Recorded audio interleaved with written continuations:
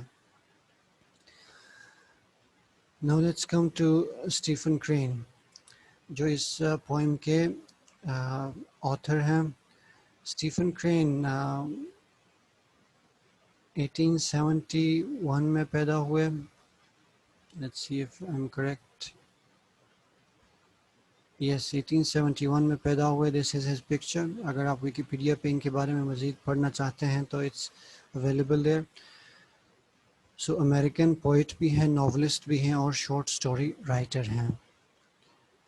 سو زندگی ان کی بہت مختصر رہی ہے، بہت چھوٹی سی رہی ہے، یعنی تقریباً 28-29 سال میں ان کا انتقال ہوا ہے، لیکن اس چھوٹی سی زندگی میں انہوں نے بہت سارے ایسے کام چھوڑے ہیں، ایسے کاوشیں کی ہیں جو آج ہمیں ان کی یاد دلاتے ہیں۔ سو ان کی چھوٹی سی زندگی میں یہ سے جو انہوں نے کام کیا ہے، اس میں پوئٹری کے کچھ کتابیں ہیں اور ناولز ہیں اور شارٹ سٹوریز ہیں جو انہوں نے لکھی ہیں، اور یہ ان کی قبر ہے۔ Stephen Crane author 1871 to 1900۔ یہ کتبہ ان کی قبر کا دکھانا اس لیے ضروری ہے کہ یہ بتانا مقصد ہے کہ ہماری زندگی کتنی چھوٹی ہے۔ ہم ینگ لوگ یہ سمجھتے ہیں کہ ہم ہمیشہ رہیں گے یا ہماری زندگی تو بہت دور ہے، یہ جو مرتے ہیں یہ دوسرے لوگ ہی مرتے ہیں، لیکن انسان کی زندگی کا کوئی اعتبار نہیں، کوئی کسی بھی وقت اس دنیا سے جا سکتا ہے۔ اس لیے ہمیں اپنے اعمال کو ٹھیک رکھنا چاہیے اور نیک کام کرنے چاہیے اور اللہ تعالیٰ کی عبادت اور بندگی کرتے رہنا چاہیے۔ Now let's come to the poem The Blades of Grass۔ Now اس پوئم میں ایک چھوٹی سی سٹوری بتائی گئی ہے۔ اس چھوٹی سی سٹوری میں ایک سبق ہے ہمارے لیے۔ اب اس چھوٹی سی سٹوری کی سیٹنگز کیا ہے، کہاں پہ یہ واقع ہوتا ہے؟ دس از ان ہیون، جیسے کہ پہلی لائن میں آپ کو بتایا گیا ہے۔ اب ہیون سے دو چیزیں مراد ہیں، ایک تو جنت کو بھی ہیون کہتے ہیں، دوسرا آسمانوں کو بھی ہیون کہا جاتا ہے۔ تو ہم اس کو یہ سمجھیں گے کہ عرش ہے، عرش کی بات کی جا رہی ہے اس پوئم میں، کہ عرش پہ ایک واقعہ ہوتا ہے، اور دوسرا اس میں جو مین کیریکٹر ہیں وہ بلیڈز آف گراس ہے، وہ کوئی انسان نہیں ہے بلکہ وہ گھاس پھوس کے کچھ پتے ہیں۔ اب جس کہانی میں یا جس پوئم میں ایسی چیزوں کو جو کہ عموماً بولتی نہیں ہیں بولتا ہوا دکھایا جائے، جیسے گھاس ہے، تو گھاس یا گھاس کو اگر سائنٹیفکلی ہم دیکھیں تو گھاس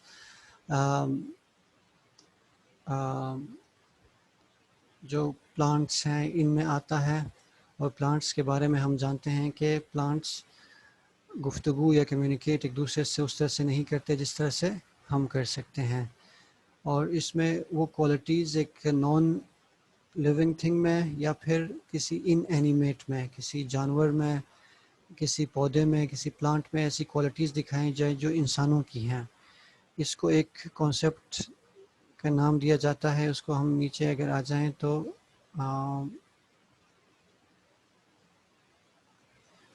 یہاں پہ اگر آپ دیکھیں this poem uses personification.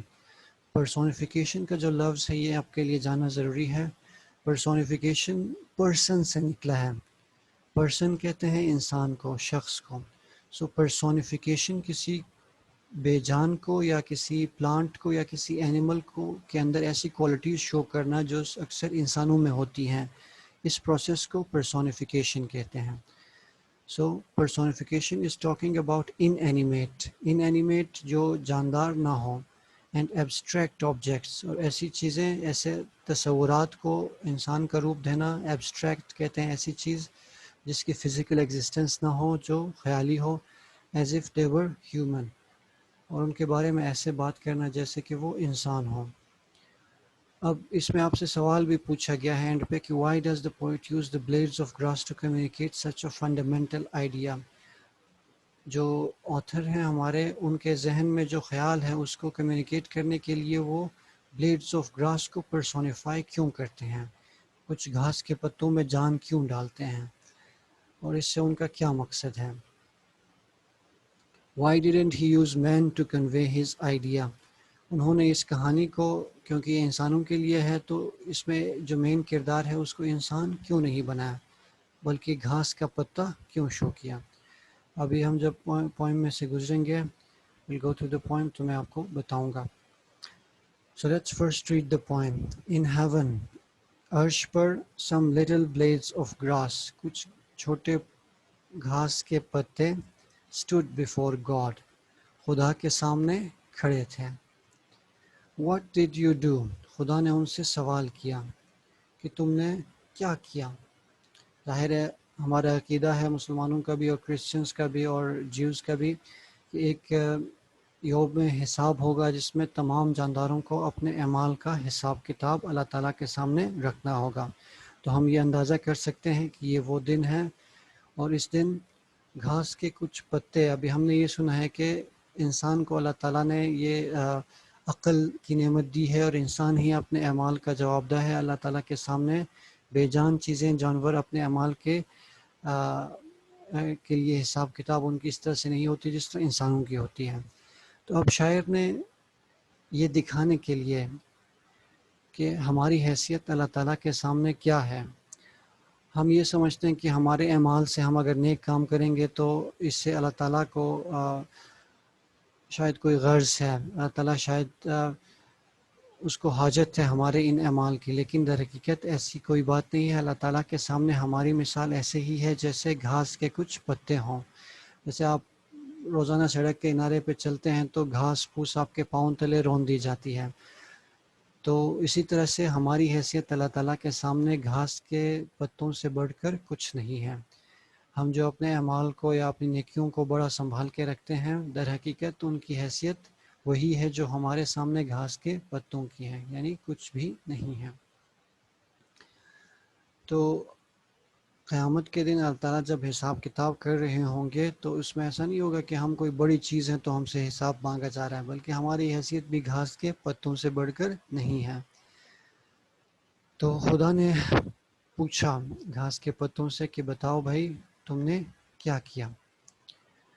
Then all save one of the little blades began eagerly to relate. Now all save one, یعنی ایک کے علاوہ باقی سب جو بلیڈز آف گراس تھے, گھاس کے پتے تھے, began, تو ایک کے علاوہ باقی سب شروع ہو گئیں. کیا شروع ہو گئیں؟ eagerly to relate. eagerly یعنی بڑے شوق کے ساتھ بتانے لگیں, impatiently بڑی بے صبری سے, نریٹ کہتے ہیں کہانی سنانے کو, impatiently بے صبری سے. تو جیسے وہ اسی سوال کے انتظار میں تھے کہ بتاؤ بھائی کیا کیا تم نے, تو کہ وہ اپنی کہانی شروع کر لیں.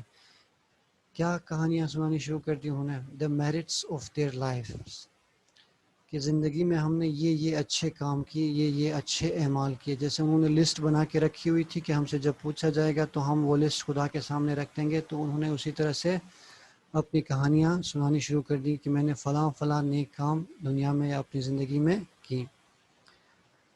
اب all save one, یہ کون بتانے لگے ہیں؟ سارے سوائے ایک کے. اب جو ایک نہیں بتا رہا, this one stayed a small way behind, وہ ایک گھاس کا پتا تھا اس طرح کا جو باقی سب سے کچھ پیچھے رہا, تھوڑا سا باقیوں سے پیچھے رہا, اور ایسے لگ رہا تھا کہ وہ کیا ہے, ashamed ہے, شرمندہ ہے. اب باقی سب اپنی زندگی میں جو اچھے کام اچھے اعمال انہوں نے کیے ہیں وہ بتا رہی ہیں, جبکہ یہ ایک خود کو شرمندہ محسوس کر رہی ہے.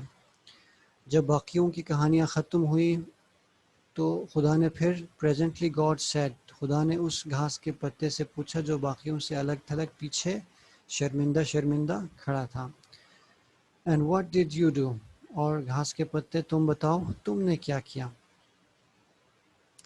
The little blade answered, تو جو چھوٹا سا گھاس کا پتا تھا اس نے جواب دیا, Oh my Lord, اے میرے آقا، اے میرے مالک. Memory is bitter to me. اب bitter ویسے تو تلخ کو کہتے ہیں، اور bitter میموری کا مطلب ہوتا ہے تلخ یادیں، لیکن یہاں پہ جس انداز میں اس کو یوز کیا، اس کا مطلب یہ ہے کہ میری یادداشت کمزور ہے. Memory is bitter to me. For if I did good deeds. میری یادداشت کمزور ہے اس لیے اگر میں نے کچھ اچھے کام کیے بھی ہوں گے دنیا میں، آئی نو ناٹ آف them، تو اب وہ مجھے بھول چکے ہیں. اب اس سے ریلیٹڈ کوئی محاورہ ہے آپ کی اردو ڈکشنری میں جس میں انسان نیکی کرتا ہے اور اس کو بھول جاتا ہے؟ کیا ہے وہ محاورہ؟ نیکی کر کہاں پہ ڈال؟ دریا میں ڈال، فیس بک پہ نہ ڈال. So this little blade answered O lord memory is better to me. اے میرے مالک، میری یادداشت کمزور ہے، تو اگر میں نے کچھ گڈ ڈیڈس اچھے کام کیے بھی ہیں، آئی نو ناٹ آف them، تو اب وہ مجھے بھول چکے ہیں. اب اس نے وہی چیز کی ہے جو اردو کا محاورہ ہم نے ابھی آپ کو بتایا کہ نیکی کر دریا میں ڈال. بہت سارے لوگ نیکیاں اس لیے کرتے ہیں کہ میں محلے والوں کو بتا سکوں، یا ابھی فیس بک پہ جو میمز چل رہی تھی رمضان میں کہ کوئی کسی کی مدد کر رہا ہے اور فوراً تصویر لے کے فیس بک پہ شیئر کر رہا ہے.